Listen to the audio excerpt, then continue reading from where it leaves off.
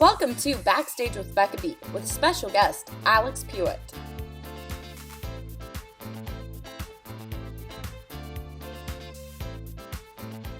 Hi everyone, and welcome to this episode of Backstage with Becca B. On this episode, this University of Michigan graduate has been seen in national tours of Legally Blonde, Young Frankenstein, and A Christmas Story, played Riff in West Side Story in Paris, and is currently in Hadestown on Broadway, where he is in the Workers' Chorus and understudies Hades. Please welcome Alex Puette. Hi! Hello! I like the scenery behind you. Oh, thank you. These are my babies. Aw, amazing. Yeah, hi there. Hi, how are you today? I'm good. A little tired, but good. How are you? Good, same. I was actually I'm in Texas now, but I was in New York this past weekend working at a benefit concert. Nice. So that was fun, doing social media for it, and it was nonstop, but it was a blast. Very cool. Very cool. Where in Texas are you? Dallas, Texas. Okay, nice. Yes. How is I know you got injured last week. How are you? Yeah, I'm okay. It's been a gradual thing. Just the way the choreography is in the show, it started wearing on my shoulder, and I was like, I need to go get this checked out. Yeah. So I mean, the choreography isn't easy in the show, it's so. not. And it's Broadway, so you just do it over and over and over again. So we're gonna be just fine. Yeah, 8 times a week. Oh yeah. On repeat. So I want to get it. Speaking of Broadway, I want to get into how you first started with theater. Have you always known you wanted to be a theater performer, and when was the moment you realized? Yeah, wow. Yeah, I mean, I've always known. It was probably like my fifth birthday. My parents took me to see like a youth theater production of Snow White. And it was probably absolutely terrible, but I was like mesmerized and hooked. And I remember at intermission, they called me on stage because it was my birthday and I was in front of an audience for the first time. And after I got off stage, I turned to my parents and we both have this memory. And I was like, I want to do that. Like, I want to do more of that. And so they signed me up for theater classes, and the rest is pretty much history. That's history. Was it like a Lithgow kind of production, like a panto production? Oh no. I mean, it was just like a really bad production of Snow White with like terrible dialogue and like I'm sure they like wrote the music themselves. I mean, it was like Yeah, yeah. from like the couple pictures I have of like that moment, it was like a pretty busted production. But like it didn't matter, right? Like I Yeah. think that's like the beautiful part of theater is like, the fact that like me as a 5-year-old was so transfixed and like Yeah. by this art form that I'd never seen before. It didn't matter how good or bad it was, right? And I think that's kind of the beauty of theater sometimes, is it just like transported me into this other world and made me want to do what they were doing. And I saw something about your first role ever on your website. So can you tell everyone what your first role in a theater show was? Oh, Because yeah. it was mentioned. Sure. Well, I had the pivotal starring role of Frog number one in The Lion, the Witch, and the Wardrobe, Narnia. They made it, I think, like, now that I'm older and I've actually been able to, like, I talked to, whatever, I worked with somebody who actually did this original production. TheaterWorks, Okay. the film theater company, wrote this musical about The Lion, the Witch, and the Wardrobe. And so this youth theater back in Ohio, where I'm from, did it.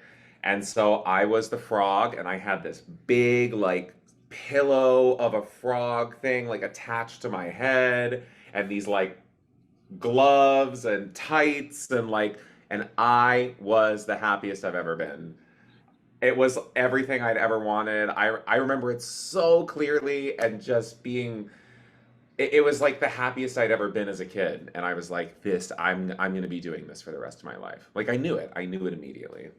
And your parents are in the audience going, my son's playing this role.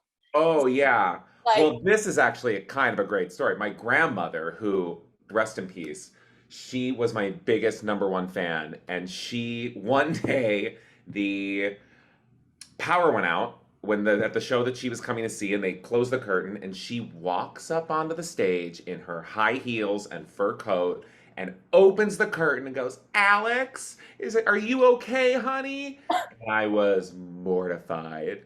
But she came and saw every performance, and she was there from, beginning to end. So yeah. Oh my goodness. And I did some theater productions I did like children's theater productions as a child. Did you get to like go around and like sign people's programs afterwards? Oh yeah, and I felt like such a star, right? Yeah. Like I was like, "You want my autograph, frog number one?" Wow. Oh yeah, I felt like I was hooked. I was hooked by the audience.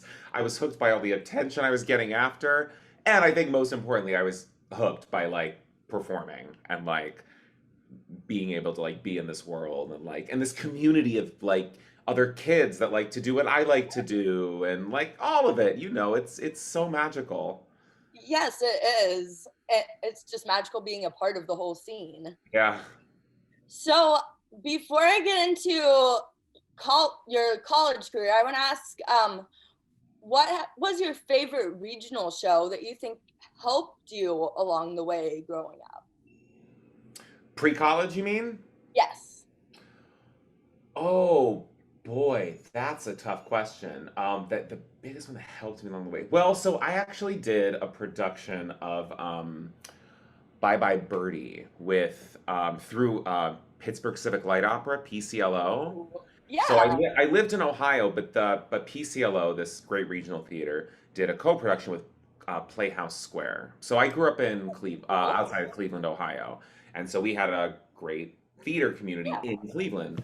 And so they did this co-production, and Rue McClanahan, who was on the Golden Girls, for those of you watchers that know Oh, who Rue McClanahan is, so she was starring in it, and so it was my first time being on like a big stage like that and being with these people that had been on Broadway. And God, I think I was like 13. And it was my first time just being in such a professional production. And like that, I think, is what really was the hook, line, and sinker for me to be like, oh, this is what it is.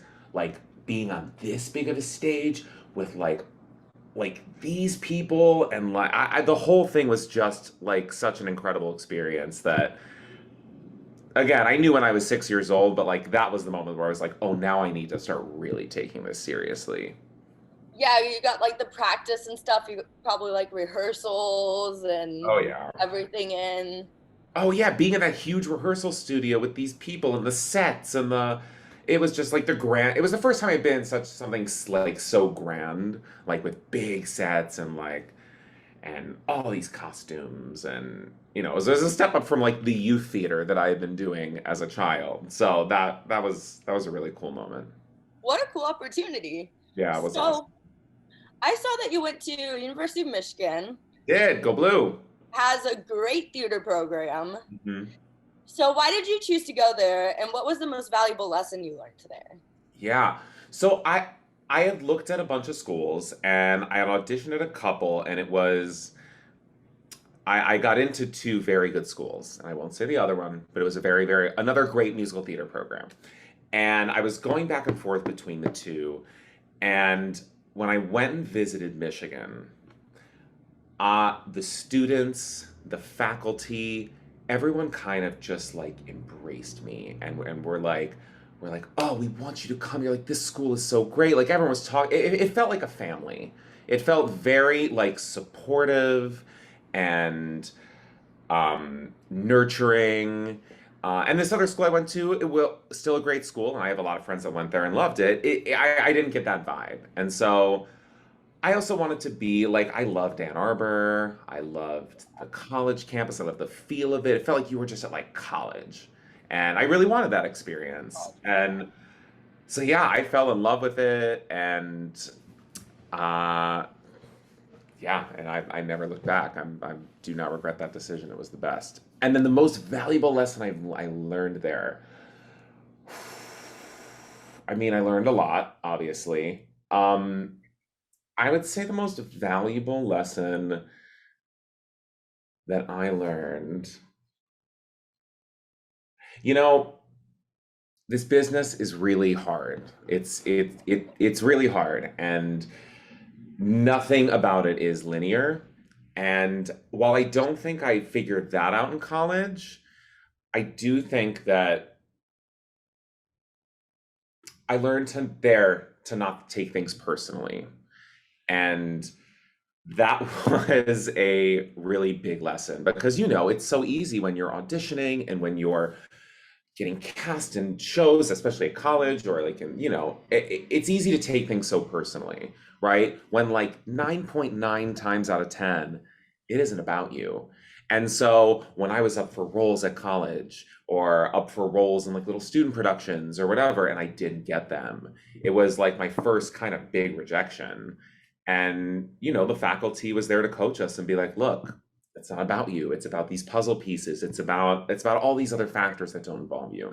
And I think that's the biggest lesson that I've taken, not just like in theater, right? But in life in general. Yeah. I mean, the theater industry, I've learned, especially like from these interviews, super competitive, like even more competitive than I thought. Oh But yeah. like so is life in general. Like Hmm. everything you go after in life is you're you're kind of like competing against other people, but you can't compare yourself to other people. Otherwise No. everything falls You know apart. what? And now that you say that, the one of the first days of freshman year, the head of our department at the time, who was a wonderful, incredible mentor and an educator, he said to us, during your 4 years here and after you graduate, don't look side to side, right? Like you need to look straight on, because if you look side to side and you start comparing yourself to other people, everyone's journey is different, right? So this person who's like next to you over here, their path is going to look a lot different than yours, right? They might go up and then go down and go up at different times that you do, and it has no reflection on your own journey. And so that's another thing I think that, again, as you were just saying, is not just helpful in the business, but is helpful in life. And this is actually a question I just thought of that I've never asked anyone before. So, how do you go about admiring someone else's work without comparing yourself to that person? Oh, that is the age-old question, isn't it?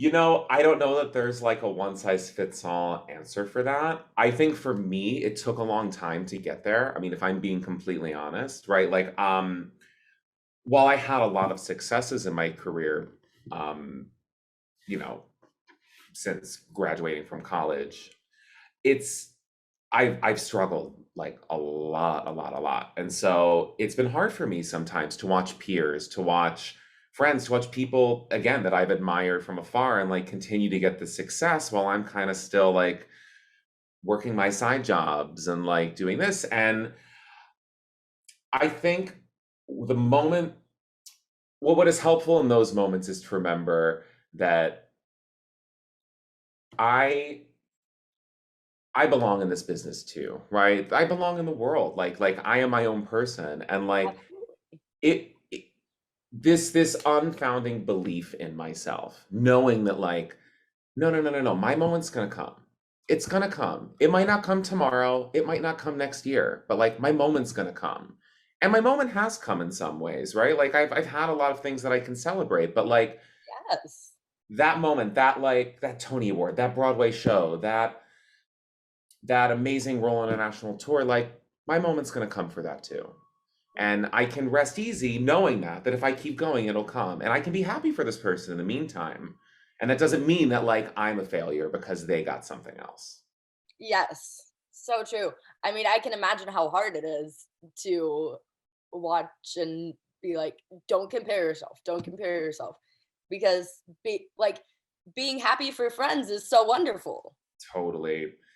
But it is something that at least for me, it took years for me to like and really internalize that, right? Because you can like say that all you want, right?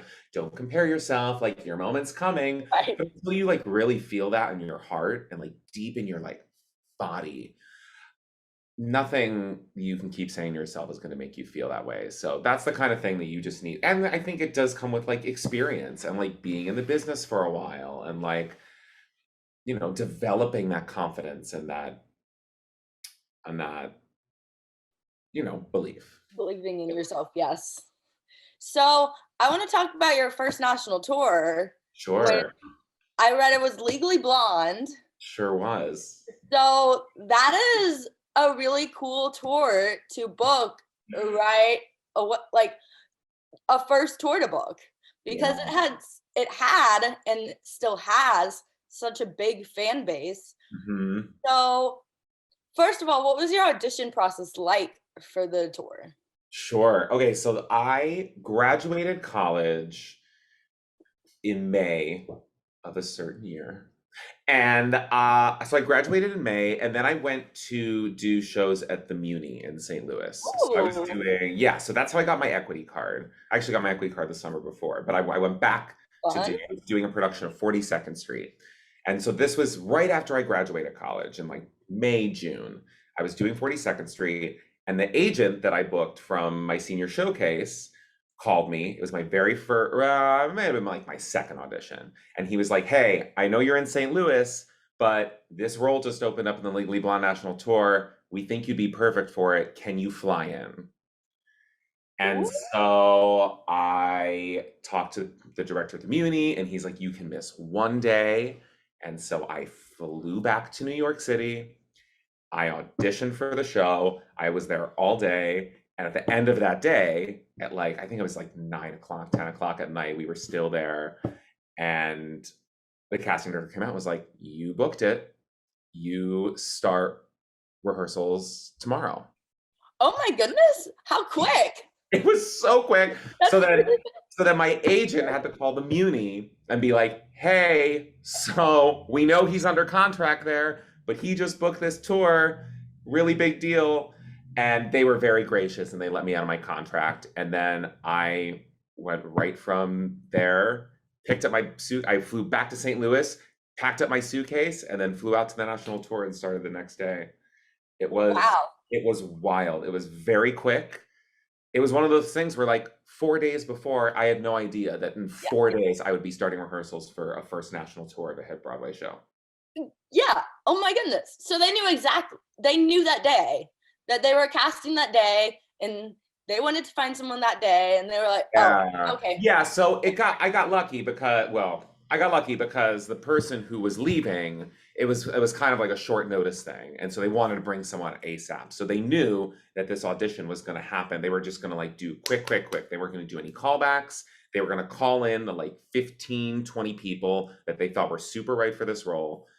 And then we sang, we danced, we read, we did it for the full creative team. Like it all happened. It was an all day event, which was kind of nice because there was no like waiting to hear if you got the call back or like really preparing and thinking about it. Because for me, and we can get into this later, where I get tripped up is with auditions, is thinking too hard. If I think too hard and I start psyching myself out, that's when I stumble and fall. It- So this was kind of just like, we're just gonna rip the band-aid off and get it all done right away. Yep, overthinking is killer. And I'll definitely get into that later Yeah. because very important topic. So, as I mentioned, Legally Blonde, very popular. What was it like getting to take that national tour on the road to the hometowns of excited fans of the show who had listened to the cast album, who might not have been able to go to New York City to Mhm. see the show? Well, that's the beauty of national tours, right? Is you can take the show and bring it to people that don't have the resources, the opportunity to come to New York City.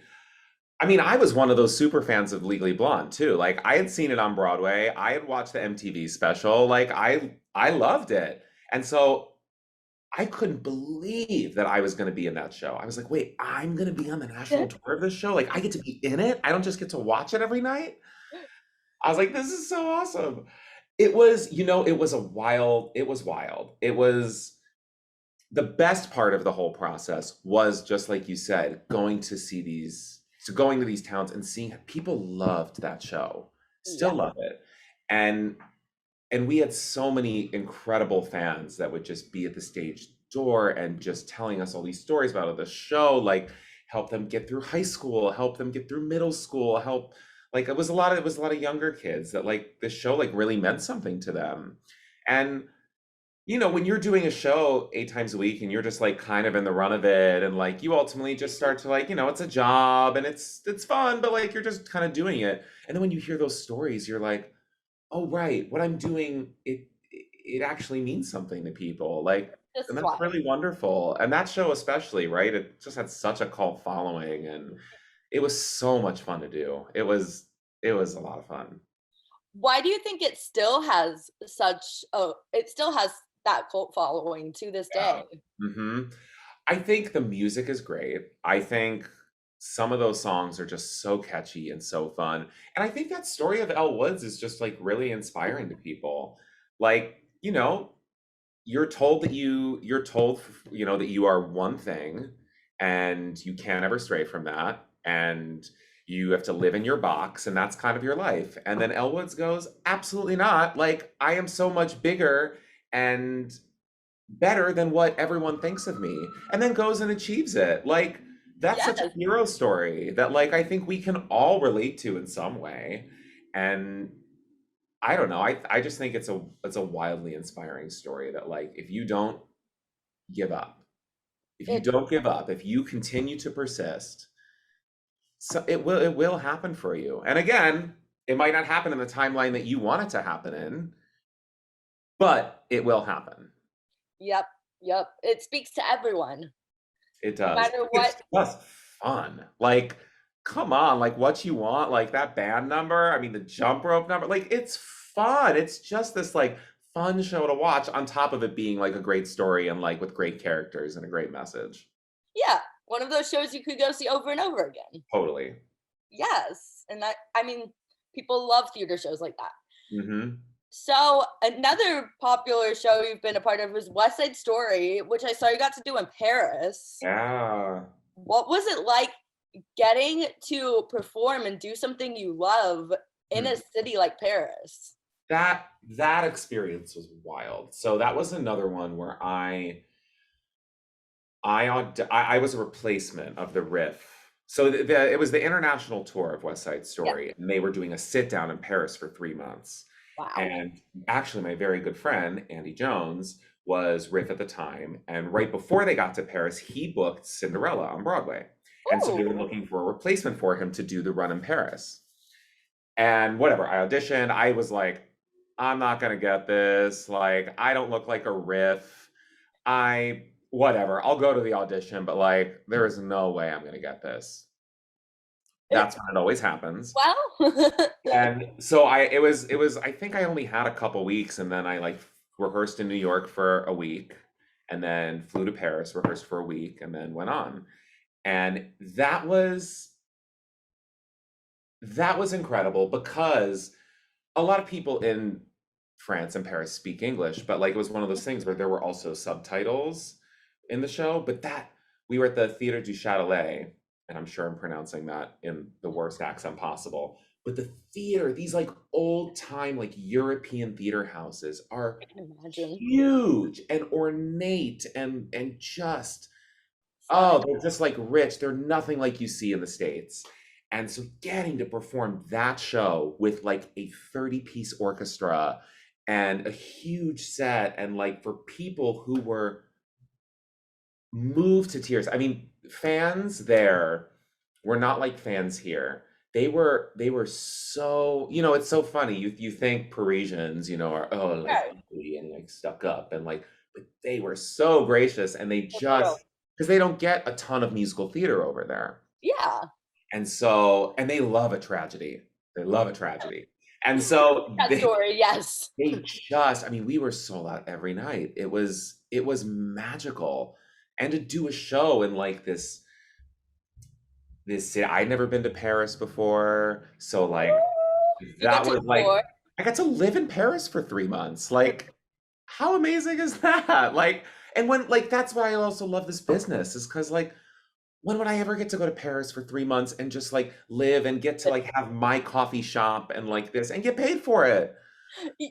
And again, like a month before that, I didn't know I was going to be living in Paris for 3 months. Like, this business is wild and so unpredictable. So unpredictable. And that was an experience. Yeah, I'll cherish that forever. That was amazing. Oh my goodness, that sounds like the best. I mean, everyone dreams of going to Paris if they don't live there. So, Right. what an experience. Yeah, it was. How do you stay healthy both physically and mentally on a tour? Mm. Oof, that's a hard one. Tour is tour is tough, especially if you are. So I've done three national tours. And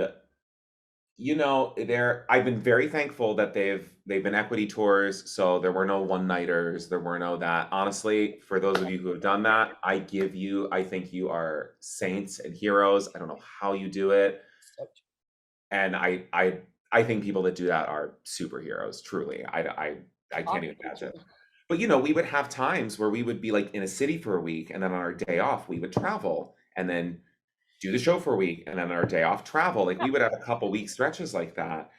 It's hard. You have to rest. I think rest is the most important thing you can possibly do. I think that's a hard thing as performers to do, is because we want to be like, well, we have to like go to the gym and we have to keep ourselves active and like ready, but like nothing's going to happen if you're tired and not rested and your body is, you know, exhausted. So rest to me was the number one thing that kind of saved me. The eating thing was challenging in certain cities like Memphis, or where I feel like there wasn't a vegetable in sight. And I was I vegetarian at the time? I was vegetarian for one of the tours. Um, I'm now completely vegan, so I would okay, imagine being on tour would be even more challenging a now. little more challenging. But Yeah. it's not like going out drinking every night. It's really like listening to what your body needs. It's not an easy schedule, and it's very difficult to be on tour and to then do the same show 8 times a week. Um, so yeah, I mean, it's like the same cliche stuff, right? Eating well, staying hydrated, being healthy, not partying every night. There were weeks and times when I didn't follow that, and when the show was extra hard and really difficult. But you know, Yeah, you gotta have fun. you And, do it's a balance, right? Life is a balance. yeah, You can't deprive yourself of everything, and you can't have everything. You got to just find yourself somewhere in that middle path. you just gotta most of the time maybe make sure to get food before the show, so after the show you're not only picking from like the fast food restaurant. Yes, ideally, yes. Which, hey, love a fast food restaurant, but Sure. And you got to treat yourself every once in a while. yeah, exactly. Taco Bell, I love it. So before I get into Hadestown, I want to talk about you did the developmental lab for Chasing Rainbows. Mhm. And I've been really interested in that show since I heard about it. So, what is Chasing Rainbows about and how did you get involved with it? Sure. So Chasing Rainbows is the story of Judy Garland right in her childhood. So like right up until it ends with Wizard of Oz. Like that is the last moment of the show, which is cool. So it's a lot about her family life and the big struggles of her family. Like her father, who was a huge influence on her, there was very problematic and was having relationships with other people and drinking. It was a very challenging relationship, but it was also about how it like helped form her into like the star that she was. And the early MGM days and studio days. The music is beautiful. The book is fabulous. Like it's a really great show, and I hope it has a life out. I know, I hope they can continue to do it. I hope so too. I really want to see it someday. Yeah. So, what is it like being a part of a musical in its developmental stages? Oh, it's so exciting. It's exciting. It's thrilling. You don't know what it is. So they're so low. Your expectations, they're not low. They're set differently, right? You can't you don't know what's going to happen, right? Like the book, the music, everything was changing every single day. And which as an artist, I think is the most exciting thing in the world, to be like oh, we're going to take this character in a completely new direction. Oh, we're going to add a new scene for your character. Oh my gosh, that's great. I get to play. I get to find more nuances. I get to find more facets of this character that I didn't even know existed yesterday. And I think I hope that every actor can be a part of the development of a new show in whatever form, in some way, just because it's very different than just like getting the script of a musical or a show that's been around forever and doing it, or a show that's been running and is frozen and set and you have to plug yourself into. This, you can be a part of that collaborative process, and it's yeah, it's a dream come true. I can't wait to do it again. And I'm sure it's exciting watching where the musical goes and how Yeah. it changes along the way, even from like, even when you're not involved in the show. Oh yeah. Oh, absolutely. I mean, the creative process, like life, is not linear. So like there are times where you're like, oh my God, this show's gonna be great. This show's gonna be great. Ooh, maybe that doesn't work. Maybe that's a setback. Maybe there's something they can do. Oh, but the writers see that. Oh, now they're improving it. Like Yep. it's this constant like roller coaster that is just a thrill to be on. Yes. So I want to talk about Hadestown because what a great Broadway debut Yeah. to have. I love Hadestown. What was your audition process like for Hadestown? And what had you heard about Hadestown pre-auditioning? Sure. So before I got Hadestown, I had never seen the show. Never Oh, saw it. Uh, which of course, after I saw it for the first time, after I booked it, I was like, how did I never see this? right. But I knew some of the music. Um, I knew some of the people in it, and so I had a lot of people that would see it all the time, and be like, "Oh my God, this would be such a great show for you. There's a perfect part in it for you." Um, and so I was like, I was always intrigued, but I never went and saw it. So I had been auditioning for the show for about 2.5 years. So right before the shutdown, I went in for the national tour. Okay. And I was in for the national tour all the way up until final callbacks. And then the week of final callbacks was the shutdown. And so they kind of just obviously stopped auditioning. Then they picked back up in, God, it was like May of 2021. They started doing auditions again for the national tour. So I was going back in for the national tour. Well, going back in meaning I was auditioning over Zoom. Yep. And that was an Love interesting Zoom. process. Oh my gosh, that was having a final callback for the full creative team over Zoom in like a rehearsal studio while I'm like trying to navigate like the techno. It was, I just can't wait to never do that again. My Wi-Fi working. Yeah, oh yeah, oh my, the whole thing. I was like in a rehearsal studio and there are like people like outside like talking, and I'm like trying to like be in the scene with like looking at the full creative team just like down the side of my computer screen. It was a mess. So then I went in for the national tour all summer, didn't end up booking it, and then a little under a year later, I get an audition, or I get an appointment from my agent for the track that I'm currently now on Broadway. And I got that email and I was like, this is it. I knew it. Felt I knew without a doubt there was like this like comfort, this ease that came over me. I was like, this is my job. I'm gonna book this. And it wasn't an arrogance. It wasn't like it was just like a knowing. I Like I was believe. like, I felt it like in my heart.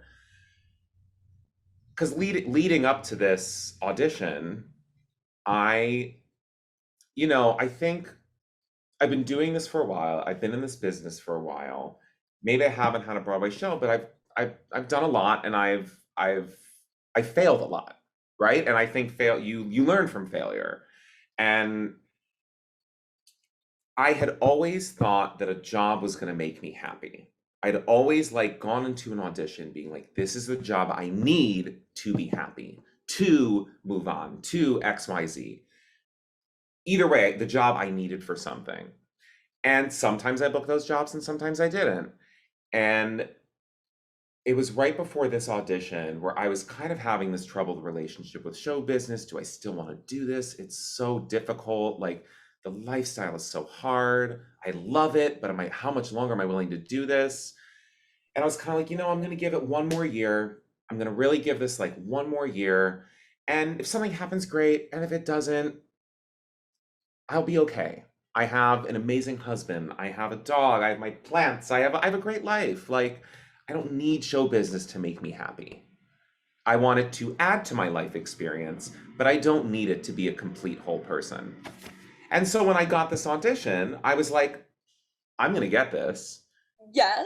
Want this. But if I don't get it, I'll be fine. Like, I'll be a little sad, but I'll be okay. And so I got the audition. It was the first part was a self-tape, so we had to film ourselves doing a whole bunch of stuff. And then after that self-tape, there was an in-person callback. And so I go to the callback. It's me and about like 15 other people. And the whole time I just felt this ease. I just felt like I Oh, wasn't like I didn't feel this desperation. I didn't feel this like I need this, I need this. I was just like, I'm gonna have a good time. I'm just gonna have a good time and be myself and hope that that's enough. And the creative team for this show, I also got very lucky. The creative team casting is wonderful. They are kind, they are collaborative, they were present. Like everything about the creative team, Rachel, David, Liam, Duncan, the casting director. I mean, everyone in that room was just like, that you could tell they really wanted you to succeed. And so, anyway, so I did the audition and it went great. And then I found out I have a final callback on a Friday. And so I go back in and I'm it's like happening. super, super pumped. And I'm like, I'm ready to like do this. And I felt good about what I was doing.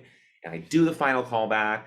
And then afterwards, the casting director comes out and he's like, okay, this decision is going to move very quickly because we want the person to whoever gets this to start next week. So you will know an answer by the end of the day today. And I was like, great, awesome. 5 o'clock rolls around, 6 o'clock rolls around, 7 o'clock rolls around. I don't hear anything. Staring at your phone. So yeah, exactly. So I call my agent and I was like, hey, you gotta tell me. Like, you gotta find out something, right? Like, I don't care if it Yeah. is no, I don't care if it's maybe. Just like help me. I can't go through the weekend with just like waiting to know. And so my agent's like, I got it, I got it. 5 minutes later, I get a call from them. And she's like, okay, so things are looking good. They all want you, but they need final approval from Anais Mitchell, who is the Oh, creator of the show. And yeah. they filmed the audition. They're like, they have to send it to her. You'll get an answer by Monday. So they're like, you can don't celebrate yet, but it's looking But it's good. looking really good. Yeah. And so that's on Friday. And so I have to go the whole weekend being like, okay, I maybe got this, but I didn't get it yet. And look, I have been in this exact same situation before, and the rug was pulled out underneath me. So I have learned in my years in this business, just because someone says that, until that contract is in front of me, Nothing's I going to take be. everything with a grain of salt. So it was hard, right, to try and detach myself from the excitement of that to the reality of the situation.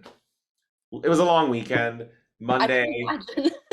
I finally get the call on Monday, and my agent said, the offer came through. You got the job. You're making your Broadway debut, and then I start rehearsals the next day. Oh my goodness. And 2.5 weeks later, I was in the show. Did you even get sleep that weekend though? Oh my, No, you're just like up, like making sure you didn't miss a call at like 3 a.m. oh my gosh. Yeah. I mean, it's like part of me knew that I wasn't going to actually hear until Monday, but there was a small part that was like maybe they'll like tell me like a little early.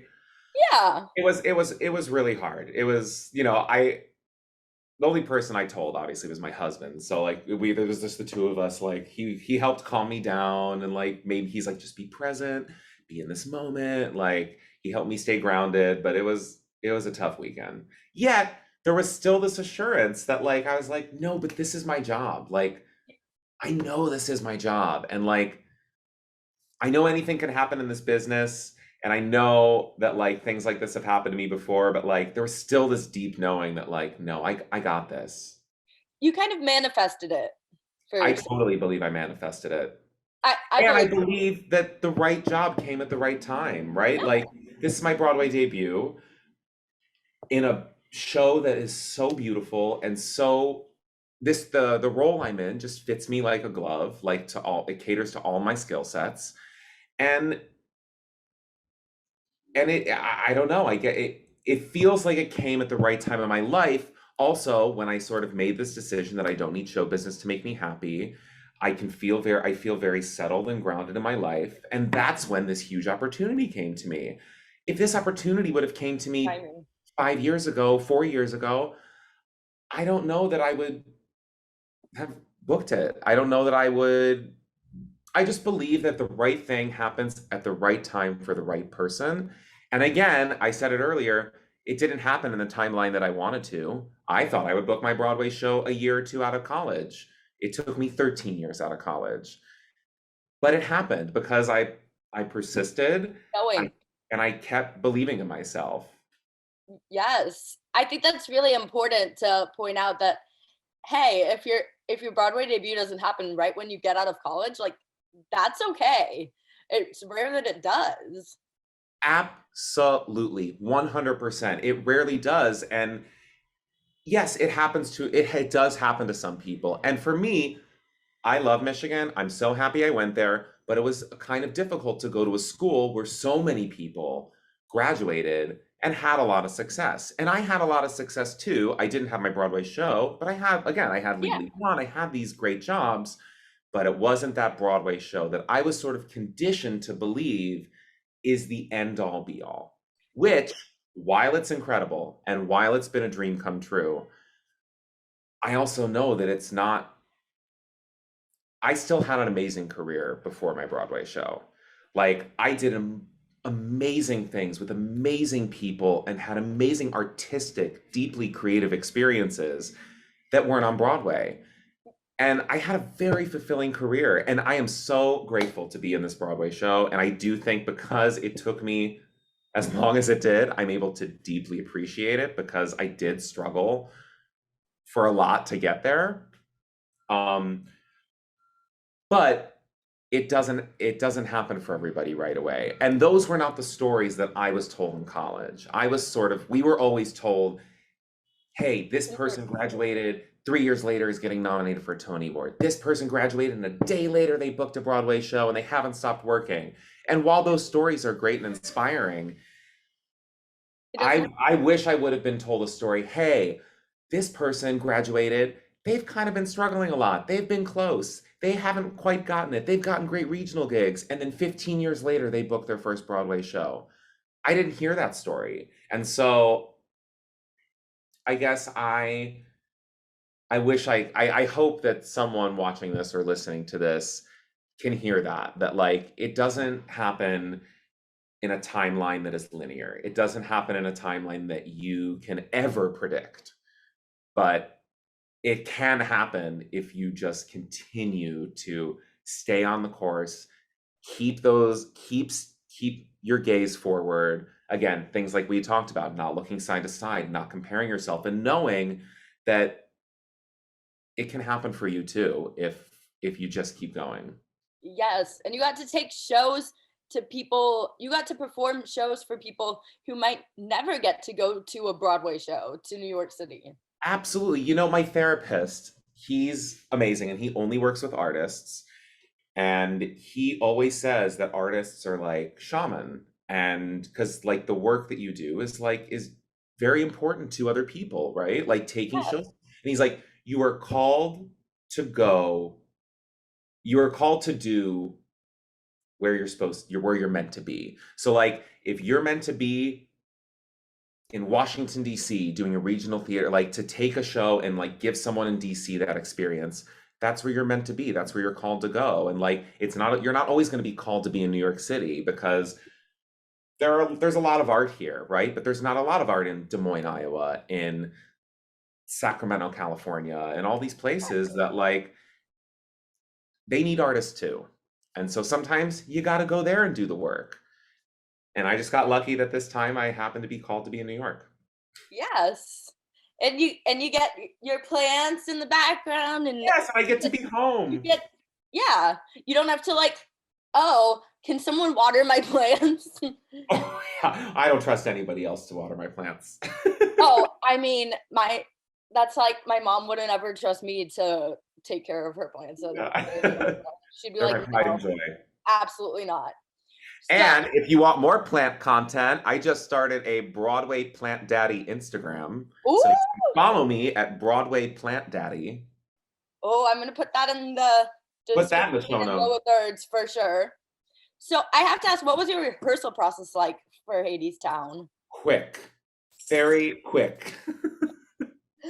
So like I said, I had never seen the show before. So my first time seeing the show was I got the job. The next day I had a music rehearsal. So I was learning the music. I'd never seen the show. And then I saw the show that night. And of course, that was like a magical experience because the show is So so good. good and so Yes. beautiful. And so I was like, wait, I get to be a part of this piece of theater every single day. Like, oh, it was quick. Learned I learned the entire show with I think like 8 days with like 3 hours of rehearsal a day. Wow. So most of the work that I did, I mean, our dance captains are incredible. Shout out to T. Oliver Reed and Tara Jackson and Shia Oni. They are amazing, and they are the reason that I could learn the show that quickly. But a lot of what I had to do was homework. So yes, I would absorb the information, and then I would go home, and for hours and hours, every waking moment, I was drilling it. I was going over music. I was going over choreography. I was renting a rehearsal studio. I was staying up late. Like I was determined to learn this as quick as possible because I wanted it in my body so that when I went on for the first time, I didn't have to think so hard. Of And the course, I had to think choreography is hard, insane. but you want to be as prepared as possible. So I learned it very quickly. I think I learned the whole thing in 8 days. And then the next like couple, maybe 5 or 6 days, I was just reviewing it. Well, but I was Yeah. reviewing it in a rehearsal studio with no props, no sets, nothing, no other people around me. And then I got one put in rehearsal. Well, I got one rehearsal with all the automation of the show, like all the But yeah, all turntables. the turntables. So I got one rehearsal with the automation. Oh my gosh. The, my the day of my first show, that afternoon, I had a put in rehearsal, which is the first time I'd ever done it with people, with anybody else. So you're like, hope I don't crash into anyone. Yes, I mean, like I've been watching the show every night. I've been like, I know technically what I'm supposed to do, but I've never done it. And Yeah. so that afternoon, I had my put in rehearsal, and then that night, I was in the show for the first time. Oh my gosh. What was stepping on the turntables for the first time like terrifying or exciting? How do you learn to navigate those? It was it, it's so funny. My husband is choreographing a show at the Public this summer, or that's Shakespeare in Ooh. the Park this summer. Yes, as you like it, go see it if you're in the city. Um, and they have a turntable, and we were just right before this interview. He was like asking me questions about the Like advice. turntable, and he was saying like, some of the actors are kind of scared to do it. Like, what advice do you have for them to like get used to this turntable? And the only advice I could say was like, you just have to do it. Like, you just have to try it because you can talk about it all you want in rehearsal, but until you get on these turntables, we have three in the show that are all moving at different speeds in Different different directions. directions. It's like training wheels, right? The first time I did it, I felt like a little baby deer and my legs were all wobbly and I was like trying to get my center. And there's sometimes when you have to go from one turntable to the next as they're moving, and so you have to just like get used to it. And the first couple times, like even my first couple shows, I felt like kind of like, whoa, like a little wobbly. And then of course, after you do it, you kind of know what you need to do with your body and like where you need to step.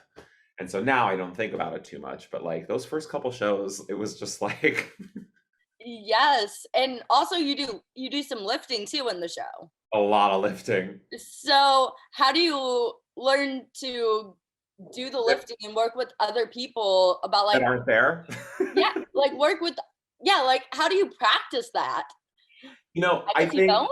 I and I think again, this attests to experience. Like I've been around the block enough. I've been in this business long enough that I've lifted many people in my career. Right? I've lifted many people and scenery and all kinds of things, and I kind of know what to do. I know what I need to do, and I trust that the person who's being lifted also knows how to hold their body.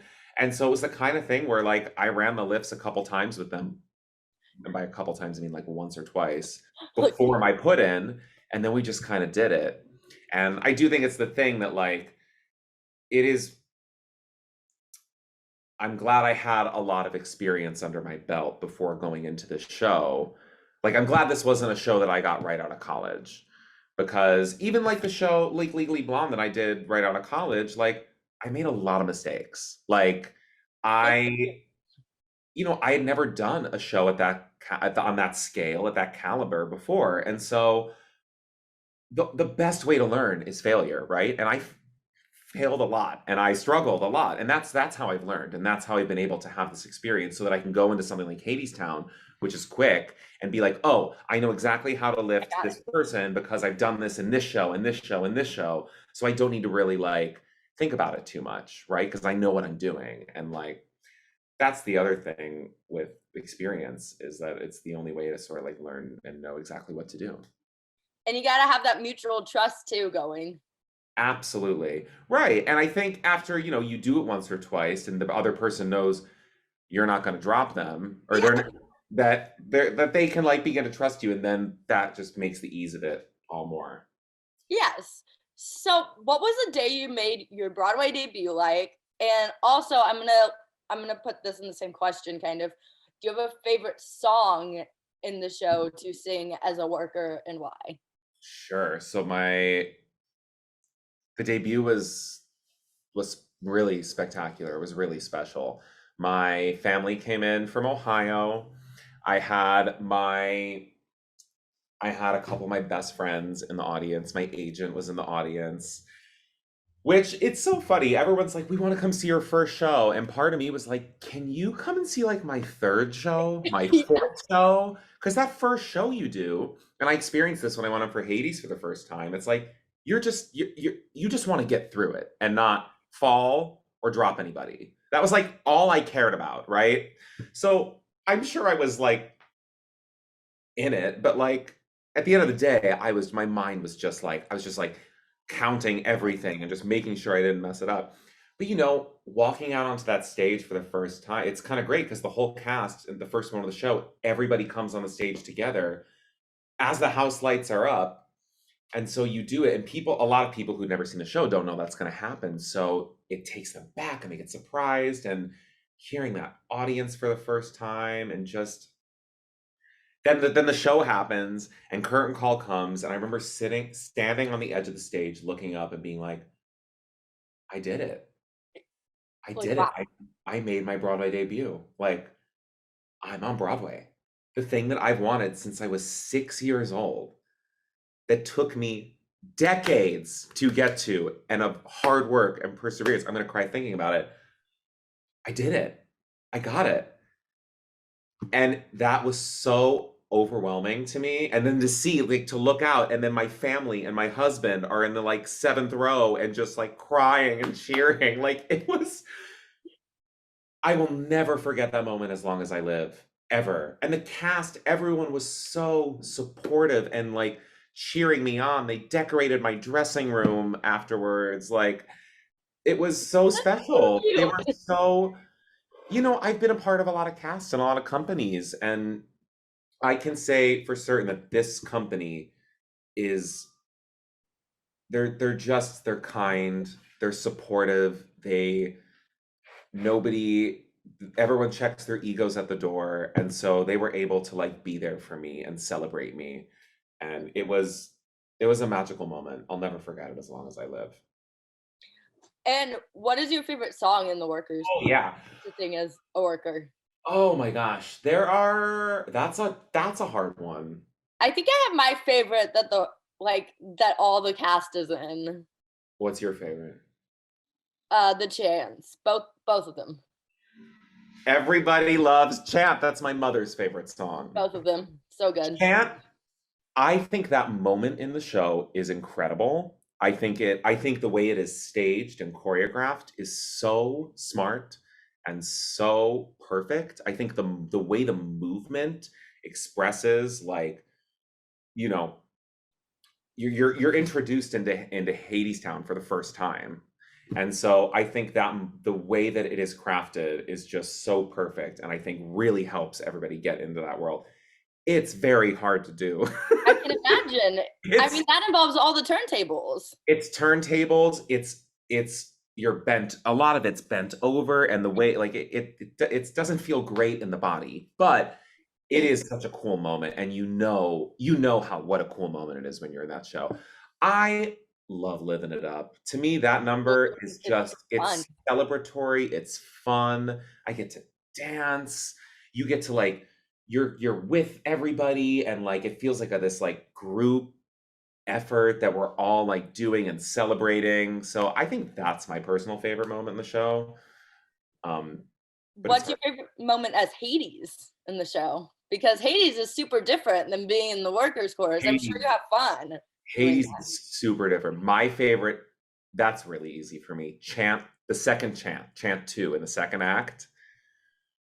That moment is so fun for Hades. There's so much cool turntable stuff happening. And so once I got it in my body, it felt cool to do because you're walking against it, you're going with it, you're like crossing them, and like it's so seamless when it works. And that's a moment in the show where he's like cocky at that that. Yeah, point.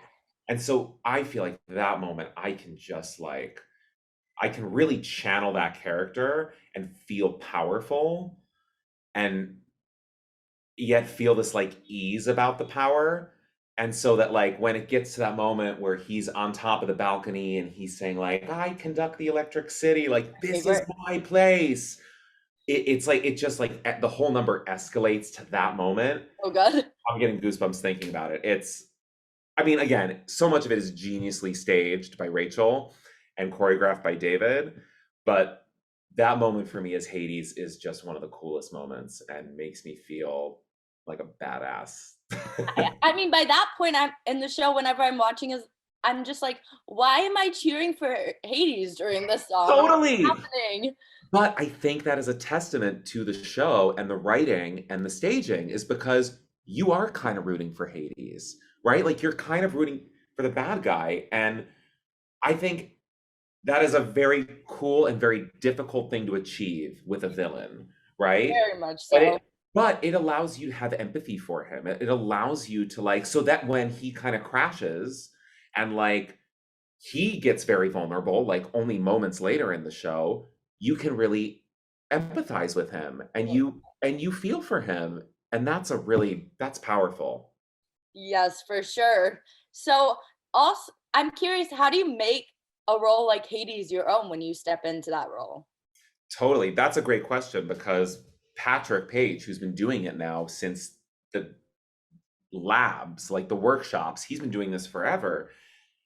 And he's so genius. I mean, he's just so good, but nobody can replicate what he does. And so, all the understudies in this show kind of have the same, and understudies everywhere. But I I love think in this show too, where so many of these performances are really iconic, it is just about like being like, okay, I'm gonna take the things that I love what he does. There's some things where I'm like, that's genius, and I don't think I can do it better, and I want to steal like an artist, right? Like, because so much of art is just like taking what you see and like using it and then making it your own. But like, there's so many moments where I'm like, I want to keep that moment, and then there are a couple moments where I'm like, what if I tried something different?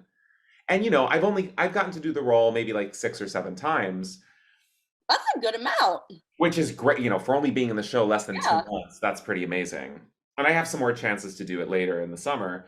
But I think every time I did it, I was kind of like, I found a new moment where I'm like, maybe I'll veer off from what Patrick does and maybe kind of start to do my own thing. And what's really nice is that our creative team celebrates that. They want that. Like our associate director, Keenan, he was always being like, okay, like make this moment your own. He's like, don't feel like you have to do what Patrick does. Or like he said, Orpheus understudies, don't do what Reeve does. Like, and I think it's cool. I've seen a lot of these understudies go on, and they're all unbelievable, and no performance is identical to someone else's. And the fact that we can be in a company that celebrates that, that encourages that, is really special. Yeah, I feel like the Hadestown company, like in particular, really does celebrate everyone in the cast for all their talents. Absolutely. And the show is, it's always on it, it's always changing. Every time Rachel comes back in or David comes back in to like do a brush up, a moment will change in the show. Nothing too crazy, but like the show is not frozen necessarily. So it's this kind of like living, breathing thing that's always evolving, which is makes it really exciting to be a part of. To kind of go along with that, I can see Hadestown hopefully being around for a long, long time on Broadway. Why do you think it is as popular of a show as it is? Mm. I I think the story, I think Orpheus's journey and the themes of the show are universal in a way that most shows don't hit, right? Look, we have all experienced doubt. We all know what that feels like. Like, so those, like that last, those last few moments of the show, I think people are so engaged because they're like, I've been there, right? Like, how many times have I doubted myself and turned around, Yep.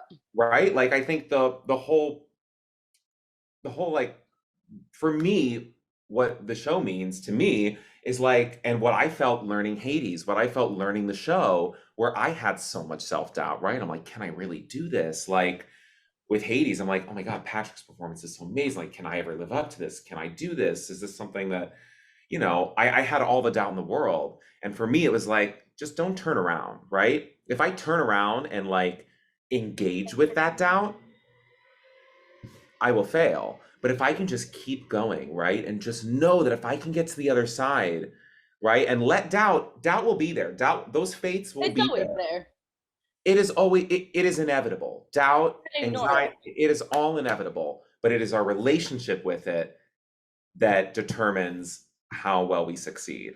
And so I think that is why this show captivates people in the way that it does, is because the themes, the characters, like, are so relatable, and we empathize with all of them for different reasons, that people want to just come back and see it again and again. I mean, the music is also absolutely beautiful. The staging is great, but the way that the story is told, I think, is so, hits people in their hearts that they didn't expect. And I think that is the beautiful thing about art. And I think that is why Hadestown is so successful. I mean, I saw it during previews in April 2019, and I was so looking forward to it. I lived in Los Angeles for 5 years, so I was so looking forward to the tour going to Los Angeles, so Yeah. all my LA friends could see it and I could see what they thought about it. And just seeing them post about like how amazing the show was, I was like, "See, I told you." Totally. Yeah, it moves people. I mean, it's every night at curtain call, we look out in the, like, it's great because we get to stand there and just look out in the audience, and people are just moved to tears every single day. And that feels very special to be a part of. People are just jaw dropped by the end. Like, what it? I just watched art. Yeah, yeah, Yep. absolutely. So, if you could revive any Broadway show and be in it, what show would it be? Oh, wow. Okay, so what kind of got me into musical theater, why I fell so in love with musical theater, and it has changed, was those old glitzy spectacles, right? With just like huge sets and dancing and singing. So I'm gonna have to say 42nd Street. Ooh. I know that's like, you know, it's a don't strike me down for saying it. It's kind of a dumb show. But it's really silly and frivolous, but that show brings me so much joy. I've done the show many times. I think that opening number is thrilling. The revival they did in 2005 was, or 2001, was Something. unbelievable. Unbelievable to watch that show. Um, I don't know. I would love to do a revival of 42nd Street.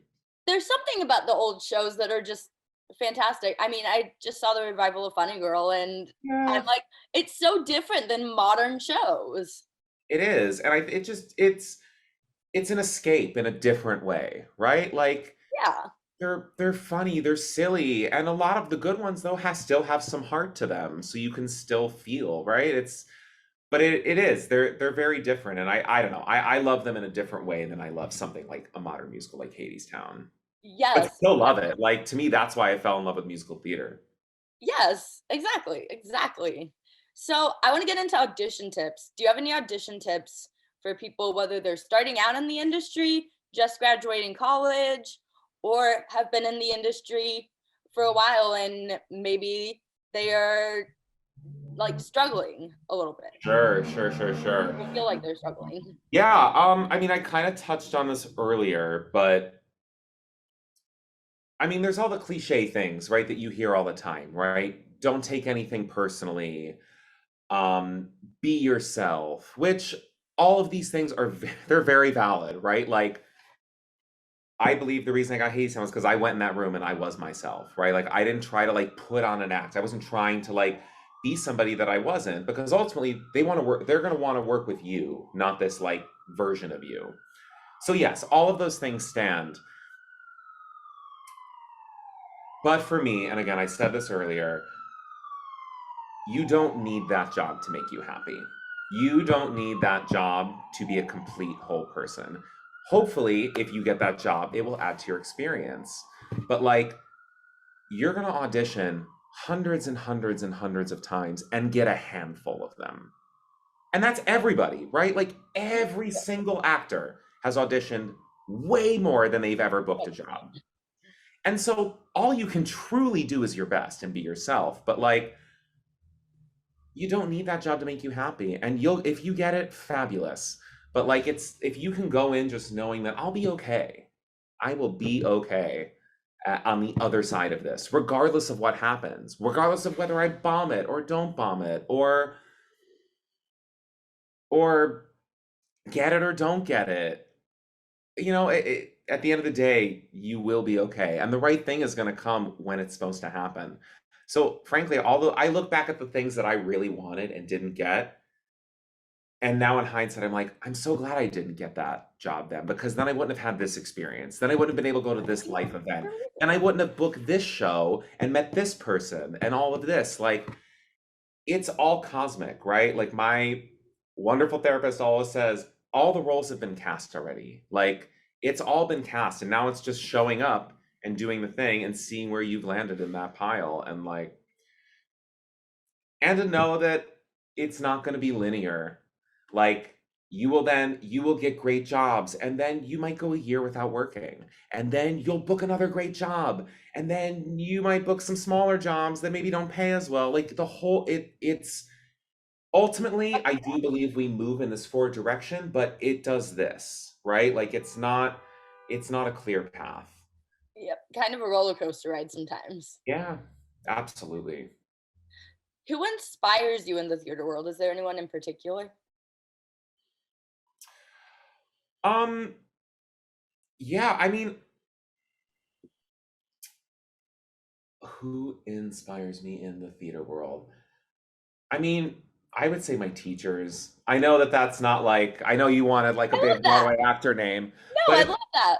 my teachers are the ones that continue to inspire me. I just started coaching again with one of my favorite teachers from college who I hadn't worked with in a long time. And I finally was like, you know what? I need someone who can like inspire me again because I need to be re-inspired.